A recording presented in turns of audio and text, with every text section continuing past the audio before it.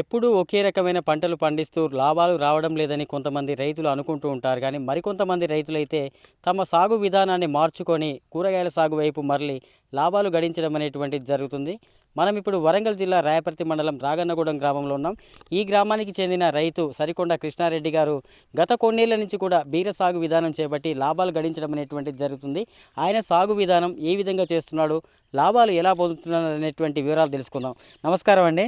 ప్రస్తుతం అయితే మీ బీర సాగులో ఉన్నాం. పందిరి సాగు విధానంలో చేపట్టిర్రు. ఈ సాగు ఏ విధంగా చేపట్టిర్రు, మొక్క వేసిన కానించి మీ పంట దిగుబడులు ఎంతవరకు ఆదాయం గడించారనేటువంటి వివరాలు చెప్పండి. మేము రాయపర్తి మండలం రాగన్నగూడెం కృష్ణారెడ్డి. మేము గత 4-5 సంవత్సరాల నుంచి ఈ పందిరి సాగు, కూరగాయల సాగు పంట తీసుకుంటున్నాము. అయితే రకరకాల పంటలు వేస్తూ ఉంటాము. కానీ అగ్రికల్చర్ క్రాప్స్ వేస్తాం. రైతులకు ఈ యొక్క ఒడిదుడుకులు ఎదుర్కొనే కార్యక్రమం వస్తే అందులో భాగంగా అడిషనల్గా ఇది ఒక పంట ఉంటే బాగుంటుందని చెప్పి ఈ పంటకు మొగ్గు చూపడం జరుగుతుంది.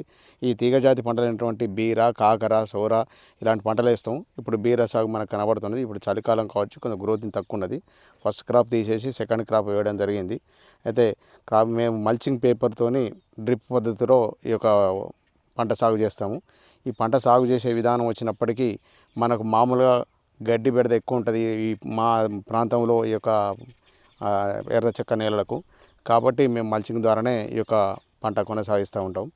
అయితే మనకు డ్రిప్ ఇరిగేషన్ ద్వారా వేస్తే ఏమాత్రం నీళ్ళు వచ్చినప్పటికీ ఈ డ్రిప్ ఇరిగేషన్తో ఒక ఎకరా సాగు చేసుకోవడానికి రోజు 1 గంట 2 గంటలు డ్రిప్ ఇస్తే సరిపోతుంది. కాకపోతే ఏంటంటే మనము ఇంటి వాళ్ళము చేసుకున్నప్పుడు లేబర్ కొరత తగ్గుతుంది. ఇంటి వాళ్ళము చేసుకుంటేనే ఇప్పుడు ఈ రోజుల్లో మిగిలే టైం వచ్చింది. కాబట్టి దీనికి పెట్టుబడి చూసినట్లయితే మనం మార్కెట్లో రకరకాలైన కూరగాయ విత్తనాలు లభిస్తూ ఉన్నాయి.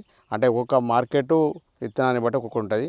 మేము మామూలుగా 2-3 రకాలు ఈస్ట్ వెస్ట్ వాళ్ళది చేసుకొస్తాం. తర్వాత సానియా 4 వాళ్ళది తీసుకొస్తాము. ఇలాంటి కొన్ని వెరైటీలు తీసుకొస్తాము. దాన్ని వెరైటీని బట్టి ఒక ప్యాకెట్కి 650 నుంచి 800 దాకా పడుతుంది. మామూలుగా ఎక్కడ తీసుకున్నప్పుడు ఒక 14 ప్యాకెట్ల నుంచి 16 ప్యాకెట్లు పడతాయి. వెతుకునే విధానాన్ని బట్టి ఒక జాన అటు ఇటుగా వేస్తూ ఉంటాం. సింగిల్గా వేసినప్పుడు ఇంత పడతాయి. ఒకవేళ డబుల్ మల్చింగ్ పేపర్ మీద డబుల్ ఇస్తే మాత్రం ఎక్కువ విత్తనాలు పడే అవకాశం ఉంటుంది. ఈ విధంగా చేసుకున్నప్పుడైతే ఒక 8 నుంచి 10,000 వరకు విత్తన ఖర్చు అవుతుంది మనకు. ఆ తర్వాత మనం మల్చింగ్ పేపర్కి ఇట్లా వేసుకున్నప్పుడు మల్చింగ్ పేపర్ దాదాపు ఒక ఎకరానికి ఒక 4 బెండలు పడతాయి. అంటే ఇది ఎందుకంటే ఈ బోదెల పద్ధతి కాబట్టి తక్కువ పడతాయి. 4 బెండలు అయితే మనకు దీనికి సరిపోతాయి. ఒక బెండలు 400 మీటర్లు చూసుకున్నప్పుడే 2,021 ఉంటుంది దాని ఖరీదు. ఆ విధంగా ఉంటాయి. 800 మీటర్లు అయితే 3600కే లభిస్తుంది మనకు. అయితే ఈ విధంగా మనం ఒక పంట కాలంలో దాని మ్యాగ్రిన్ చూసినట్లయితే 20, 22 ఇట్లా 25 మ్యాగ్రిన్ బట్టి మల్చింగ్ పేపర్ ఈ 1 సంవత్సరం కాలం పాటు మనకు మన్నికగా ఉంటుంది. ఆ తర్వాత మళ్ళీ సీజన్ వచ్చేసరికి మార్చుకోవాల్సిన అవసరం ఉంటుంది. అయితే ఇప్పుడు ఈ బీర పంటలో మనకు మంచిగా దిగుబడి రావాలంటే 5 నుంచి మినిమంగా 5 నుంచి ఒక 12 టన్నుల దాకా కూడా వస్తుంది. మార్కెట్ రేటును బట్టి 15 నుంచి 40 రూపాయల దాకా కూడా ఉంటుంది. బీర అనేది చాలా అరుదైనది, సున్నితమైన పంట. ఎందుకంటే ఇది వర్షాలు పదనం ఎక్కువ ఉన్నప్పుడు మంచిగా ఉంటుంది. దాదాపు చలికాలంలో తట్టుకునే తక్కువ ఉంటుంది. తర్వాత దీనికి తెగుళ్ళు కూడా బెడద ఎక్కువనే ఉంటుంది. తెగుళ్ళు తర్వాత బోరాన్లో పొందితే కాయలు వంకర పోవడం ఇలాంటివి కూడా జరుగుతూ ఉంటాయి. దీన్ని అనుసరించి నిత్యం ఇంట్లో తిరుగుతూ ఉంటేనే దాన్ని ఆలోచన చేసి తర్వాత ఈ యొక్క కాయలు చూసినప్పుడు కాయలకు తర్వాత పండు ఈగ అనేది కూడా వస్తుంది. దాన్ని కూడా నివారణ చర్యలు చేపట్టవలసిన అవసరం ఉంటుంది.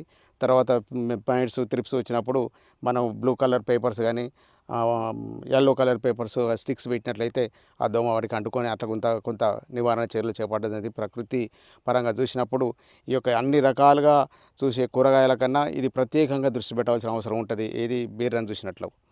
అయితే దీని పంటకాలం వచ్చేసి 3 నెలలే ఉంటుంది. ఒక 45 రోజుల నుంచి క్రాప్ స్టార్ట్ అయ్యి దాదాపు ఒక 90 డేస్ అంటే ఒక 3 నెలల వరకు కూడా క్రాప్ ఇస్తూనే ఉంటుంది. ఆ తర్వాత మళ్ళీ తీసి మనం వేరే పంట వేసుకోవడానికి వస్తుంది. అంటే దీన్ని బట్టి చూస్తే ఒక సంవత్సరంలో 3 పంటలు తీసుకోవాల్సిన టైం మనకు కలిసి వస్తుంది. కాకపోతే మార్కెట్లో ఒడిదుడుకులు ఉంటాయి రైతులకు. అంటే మార్కెట్లో ఒక టమాటా రేటు పెరిగినప్పుడు మిగతా కూరగాయల రేట్లు పెరుగుతూనే ఉంటాయి. టమాటా రేటు తగ్గినప్పుడు మిగతా కూరగాయల రేట్లు, అంటే టమాటా బేస్ చూసుకుంటే ఈ యొక్క మార్కెట్లో మిగతా కూరగాయల రేట్లు హెచ్చుతగ్గులు అనేవి జరుగుతూనే ఉంటాయి. కాకపోతే ఏంటంటే ఎంత పండించినా కానీ రైతులకు ఈ రోజుల్లో కూరగాయలు అనేటివి తప్పకుండా నిత్యావసర వస్తువులని అందరూ రైతులు ఒకే పంట కాలాన్ని చూస్తున్నారు. అంటే వరి తినడానికి తిండి కోసం వరి పండిస్తున్నా కానీ ఆ యొక్క మెతుకులు తరవడానికి ప్రతిరోజు నిత్యం కూరగాయలు అవసరం ఉంటుంది.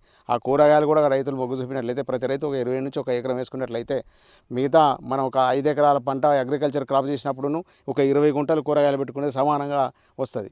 కాకపోతే నిఘా ఉంటుంది. ప్రతిరోజు నిత్యం ఈ యొక్క పంట చేనులు తిరగాల్సిన అవసరం ఉంటుంది.